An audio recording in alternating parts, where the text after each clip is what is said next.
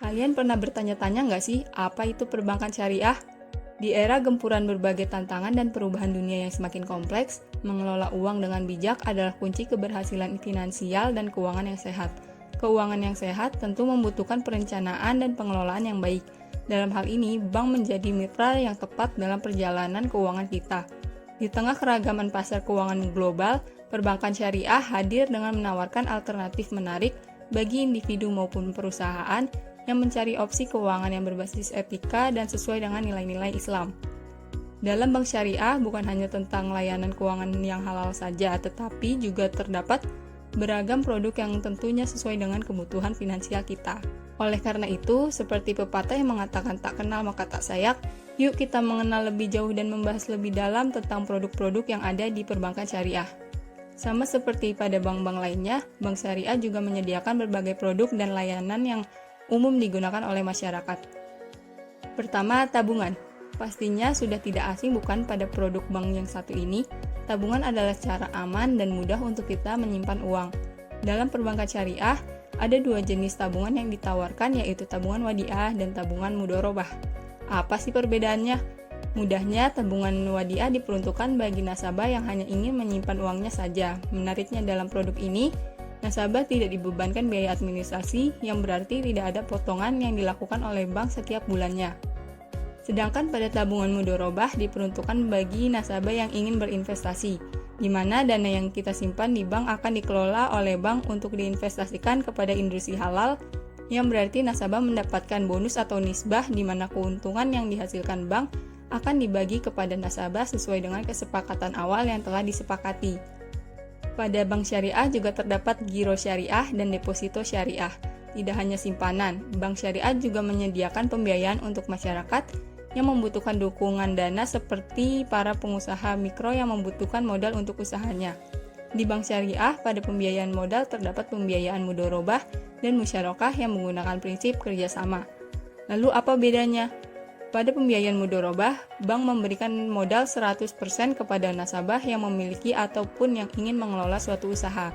Dalam hal ini berarti bank sebagai pemilik usaha.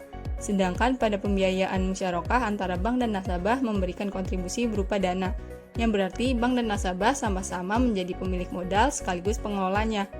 Pembiayaan jenis ini lebih sering digunakan karena memiliki tingkat risiko yang rendah. Kedua pembiayaan ini menggunakan prinsip bagi hasil dari keuntungan yang didapatkan sesuai dengan kesepakatan yang terjadi antara bank dan nasabah. Selanjutnya, bank syariah juga menyediakan pembiayaan bagi nasabah yang ingin membeli barang melalui bank, yaitu pembiayaan murobahah.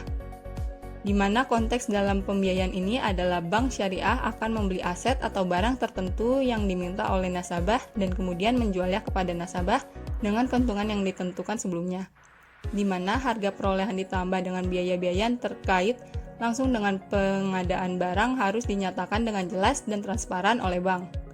Nasabah dapat membayar harga jual barang yang disepakati secara cicil atau tunai kepada bank pada jangka waktu yang tertentu. Kemudian bank juga menyediakan pembiayaan untuk sewa menyewa, yaitu pembiayaan ijaroh. Dalam konteks pembiayaan ijaroh, bank menyewakan aset atau barang tertentu kepada nasabah untuk jangka waktu tertentu dengan biaya sewa yang telah disepakati sebelumnya. Selama masa sewa, nasabah dapat menggunakan aset atau barang tersebut untuk keperluan mereka, tetapi kepemilikan tetap berada di tangan bank. Dalam hal ini, bank mengenakan biaya sewa atau ujroh yang harus dibayar oleh nasabah selama masa sewa dan harus diketahui serta disepakati sebelumnya. Biaya ini tidak boleh berubah selama masa sewa. Masuk ke produk lainnya. Kalian pernah penasaran nggak sih sama yang namanya pegadaian syariah? Yuk kita langsung masuk ke ilustrasinya. Suatu hari, Budi membutuhkan uang untuk membayar SPP-nya, tapi uangnya habis buat keperluan sekolah kemarin. Akhirnya, Budi punya ide dan mendatangi salah satu pegadaian syariah. Di sana, Budi mengajukan TV yang ada di rumahnya sebagai jaminan atas uang yang ingin dia pinjam.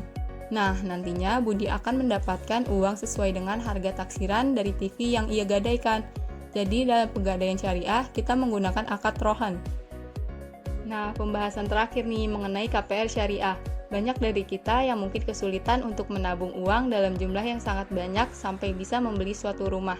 Maka dari itu, kalian nggak asing kan sama yang namanya KPR rumah? Nah, KPR juga ada yang syariahnya loh. bank syariah tidak akan memberikan bunga pada cicilan kalian. Jadi di KPR syariah kalian bisa menggunakan 2 akad. Yang pertama adalah akad murabahah. Sebagai contoh, Budi ingin membeli rumah dengan harga 1 miliar. Karena uang yang dia punya tidak mencukupi, dia mengajukan KPR ke pihak bank. Nantinya pihak bank akan membelikan rumah tersebut untuk Budi, tetapi dengan kesepakatan bahwa bank mau mendapat keuntungan sebesar 20 juta misalnya. Jadi total yang harus dibayarkan Budi adalah 1,2 miliar. Tapi ini semua harus disepakati kedua belah pihak ya. Kalau ada satu pihak yang nggak setuju, ya nggak akan bisa. Begitu juga dengan akad KPR lainnya, yaitu musyarakah mutanakisoh. Contohnya, Budi mau membeli rumah seharga 1 miliar tadi, tapi ternyata dia sudah memiliki uang 200 juta, berarti masih kurang 800 jutanya. Nah, nanti pihak bank akan bantu Budi buat nombokin dulu 800 juta itu, jadi kepemilikan rumahnya 80% milik bank dan 20% milik Budi. Nantinya Budi akan mencicil 800 juta itu secara bertahap, sehingga kepemilikan rumahnya bisa 100% milik Budi. Terus ada juga nih yang namanya kartu kredit syariah. Pasti kalian masih suka pada ragu kan sebenarnya kartu kredit syariah tuh konsepnya kayak gimana? Jadi, kartu kredit syariah atau bisa kita sebut juga syariah card, ini punya cara kerja yang sama seperti kartu kredit pada biasanya teman-teman. Yang jadi pembeda itu di syariah card ini menggunakan akad qard, kafalah, dan ijarah. Loh, tapi kalau kayak gitu nggak ada untungnya dong. Nah, jadi di antara ketiga akad tersebut ada yang dinamakan fee. Pihak bank memang tidak mengambil keuntungan dari akad tersebut, tapi tetap boleh mengajukan fee atau biaya administrasi. Buat apa? Tentu saja buat biaya pemeliharaan sistem. Jadi, pas kamu mau pakai kartunya baik secara fisik maupun lewat mobile banking, tidak gampang error. Gimana, menarik bukan? Kita semua jadi tahu nih kalau produk-produk yang ada di bank syariah itu nggak kalah kerennya sama yang ada di bank-bank umum. Jadi, jangan ragu lagi untuk menggunakan bank syariah, karena bank syariah memiliki komitmen kuat terhadap keberlanjutan sosial.